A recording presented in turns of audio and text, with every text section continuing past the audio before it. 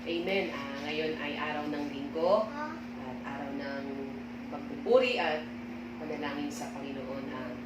Tayo ay umawi tayo sa ating Panginoon at purihin natin siya. Awitin natin yung awitin ko man. Awitin ko man lahat ng awit sa mundo. Di kayang ilarawan ang kadakilaan mo. Kulang ang lahat ng tula, kulang maging mga salita upang ihayag ang kabutihan mo. Awitin ko man lahat ng awit sa mundo. Di kayang ilarawan ang kadakilaan mo. Kulang ang lahat ng tula, kulang maging mga salita upang ihayag ang kabutihan mo. Wala kang katulad, wala nang higit sa'yo. Wala kang katulad, wala nang papantay sa'yo. Ikaw ang Diyos noon pa man, maging ngayon at kailanman. Sa habang panahon, wala kang katulad, wala kang katulad, wala kang katulad, wala nang higit sa'yo. Wala kang katulad, wala nang papantay sa'yo. Ikaw ang Diyos noon pa man, maging ngayon at kailanman.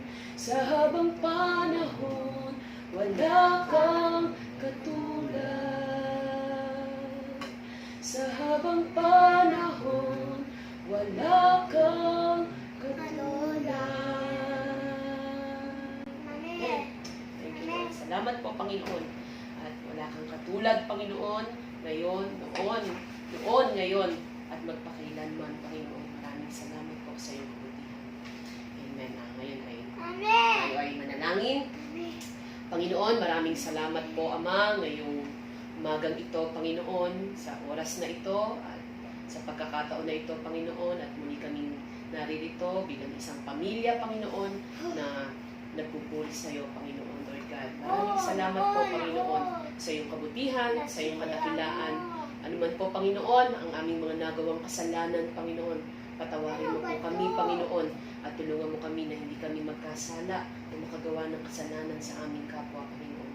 Patawarin mo po kami, Panginoon, at dalangin namin na ang aming pamilya, Panginoon, ang bawat isa sa amin, maging ang mga nakikinig, Panginoon, at nanonood, Panginoon. Tulungan mo kami, Panginoon, na ikaw po ang maghari sa aming mga buhay, Panginoon Lord God. Kaya dalangin namin ang iyong salita, Panginoon, nawa ay maging kalakasan po namin ito, Panginoon, at kapurihan sa iyo, Lord. Salamat po, Ama, sa pangalan ng Jesus. Amen. Meron pa tayong pasalamat sa Panginoon.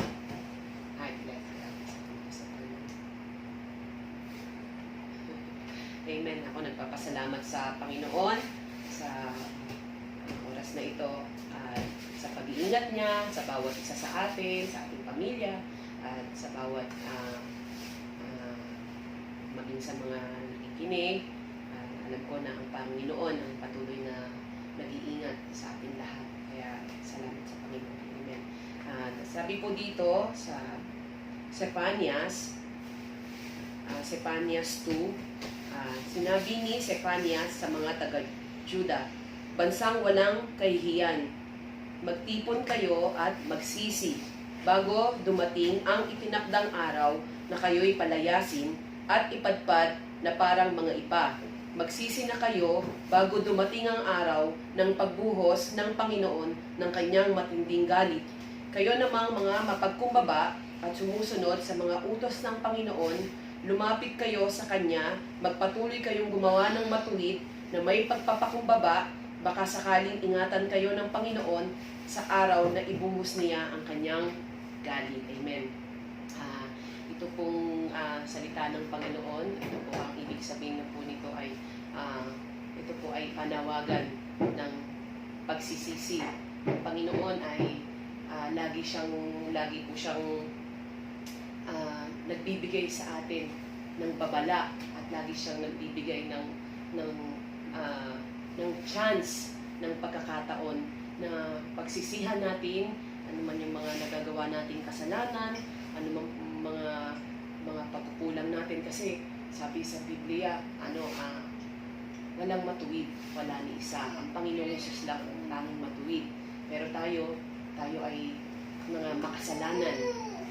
Minsan nakakagawa tayo ng mga kasalanan, maliit o malaking kasalanan, ito ay kasalanan. Kaya ang Panginoon patuloy siyang nananawagan sa atin na tayo ay magsisi, tayo ay lumapit, tayo ay magpakumbaba sa Panginoon. Kasi yung paghingi natin ng tawad sa Panginoon, ito ay nagpapakita na tayo ay nagpapakumbaba at nagpapasakop sa ating Panginoon. Kaya ang Panginoon, ganun ang pag-ibig ng Panginoon sa bawat isa sa atin, na minsan nakakagawa tayo ng kasalanan, ng mga bagay na nakakasala tayo maging sa ating kapwa.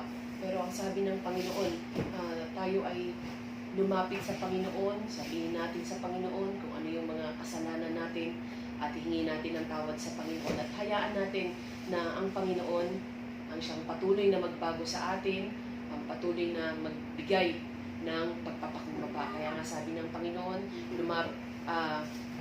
lumapit kayo sa Kanya, magpatuloy kayong gumawa ng matuwid na may pagpapakumbaba. Baka sakaling ingatan kayo ng Panginoon sa araw na ibuhos niya ang kanyang galit. Kaya ngayon, sa panahon ngayon, alam ko na lahat tayo ay nahihirapan tayo ay iinip. Minsan tayo ay nakakapag-isip ng hindi maganda, lalo na sa ating kapwa. Marahil may nagawa tayong masama sa ating kapwa at marahil naman yung kapwa natin may nagawa rin masama sa atin. Pero ang sabi ng Panginoon, panatilihin natin na maging mapagkumbaba, panatilihin natin na maging mabuti sa ating kapwa, kasi yung pagiging mabuti, yun ang magbibigay sa atin ng kaligtasan. Kaya kung nakagawa man ng masama ang ating kapwa, sabi niya, isa sa Diyos na lang natin at ang Panginoon ang bahala sa lahat. Kaya sabi ng Panginoon, lagi tayong magkaroon ng matinding pananampalataya, kasi yung pananampalataya natin, yun lagi ang nagbibigay sa atin ng yun lagi ang nagbibigay sa atin ng pag-asa, ng katiyakan na laging may magagawang mabuti ang Panginoon.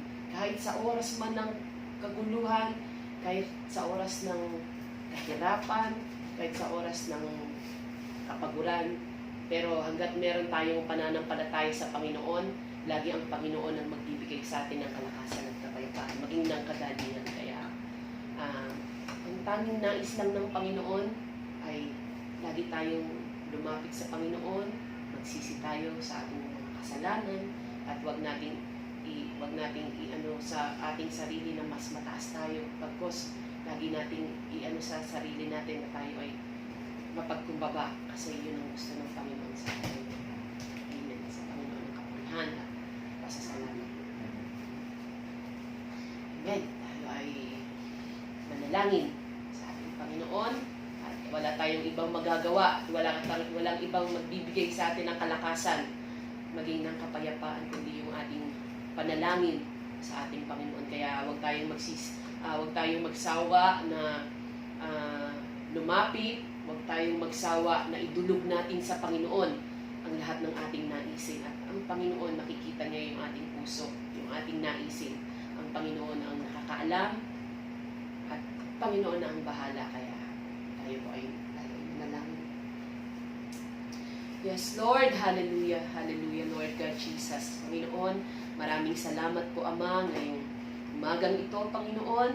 Maraming salamat po, Ama, sa pagkakataon na ito, sa oras na ito, na patuloy mong ibinibigay sa amin, Panginoon, upang kami ay patuloy na gamitin mo, Panginoon, para sa iyong salita, Panginoon, Lord God. Tunay nga, Panginoon, na hindi kami mahihiya, Panginoon, na ihayag, Panginoon, ang iyong salita, Panginoon. Kasi sabi mo, Panginoon, ay nalulugod ka, Panginoon. Ang nais mo, Panginoon, sa bawat isa sa amin, Panginoon, na maihayag, Panginoon, na maishare, Panginoon, ang iyong salita, Panginoon. Kaya ito ay ginagawa namin, Panginoon, at sumusunod kami sa iyo, Panginoon, Lord God. Kaya dalangin po namin, Panginoon, itong aming ginagawa, Panginoon, ito po, Panginoon, ay magbigay ng kalakasan at pagpapala, Panginoon, sa bawat isa sa amin, maging sa mga nanonood at nakikinig sa aming ginagawa, Panginoon. Ito po ay para sa kapurihan mo, Panginoon. At salamat po, Panginoon, sa iyong pag-iingat, sa iyong patnubay, sa iyong paggabay sa bawat isa sa amin, Panginoon. Lubos kami nagpapasalamat sa iyo na ipatuloy mo kaming iniingatan at ang aming buong pamilya, ang bawat isa sa amin na nakikinig, Panginoon.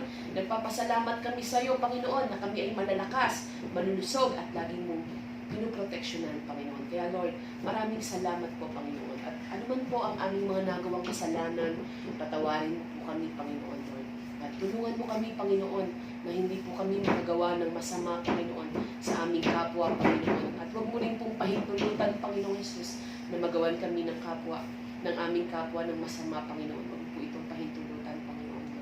Dalangin ko po, Panginoon, na ang patuloy ng iyong kapangyarihan, ang iyong banal na Espiritu, Ama, ang patuloy na mag-iingat, ang patuloy na magbibigay ng proteksyon, Panginoon, at ng shield, Panginoon, laban sa mundong ito, Panginoon, laban sa anumang karamdaman, anumang kapahamakan, anumang sakit. Patuloy mo kami ingatan at gabayan, Panginoon, Lord God. At dalangin namin, Panginoon, ikaw po ang patuloy na magbigay sa amin ng malaking pananampalataya, Panginoon, na hindi mo kami pababayaan, hindi mo kami iiwanan, Panginoon, bagkos anuman ang aming pinagdadaanan, anuman ang aming buhay, Panginoon, lagi mo kaming sasamahan, Panginoon. At ikaw ang patuloy na magbibigay sa amin ng kapayapaan, ng kagalakan, ng pag-asa, Panginoon, at ng pananampalataya na lagi kang may mabuting magagawa sa lahat sa amin, Panginoon. Muli, dalangin po namin, Panginoon, nawa po, Panginoon, ay mawala na po ang virus, Panginoon, ang COVID, ang NCOV, Panginoon, nawa ay mawala na po sa aming mundo, Panginoon. At nawa po, Panginoon, ang iyong kapangyarihan, ang iyong himala at Panginoon, ang maranasan namin lahat at kami sama-samang magpapasalamat sa iyong kabutihan, Panginoon Lord. Patuloy kami nananampalataya sa iyo, Panginoon, na may kapangyarihan ka, Panginoon, may himala na mangyayari, Panginoon, upang mawala na ang NCOV na ito at kapangyarihan mo ang maiyahayag, Panginoon, at kami magpapasalamat sa iyong lahat, Panginoon Lord. Maging ang mga pamilya namin, Panginoon, ang mga mahal namin sa buhay, ang kapatiran namin sa Lipay Faith, Panginoon, ang bawat mga nanonood, ang bawat nakikinig, Panginoon, ng iyong salita, ng aming panalangin.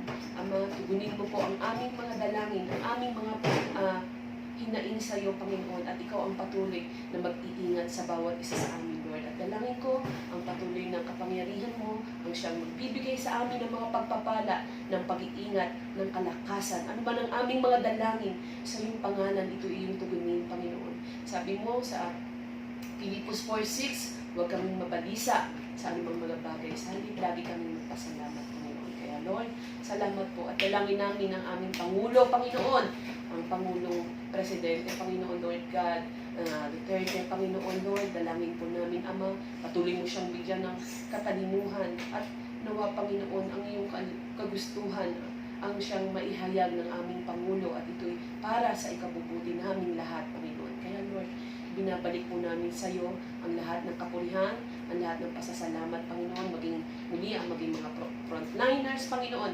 Ikaw din po ang mag-iingat sa bawat isa, Panginoon. Sa iyo po ang lahat ng ang kapurihan at pasasalamat,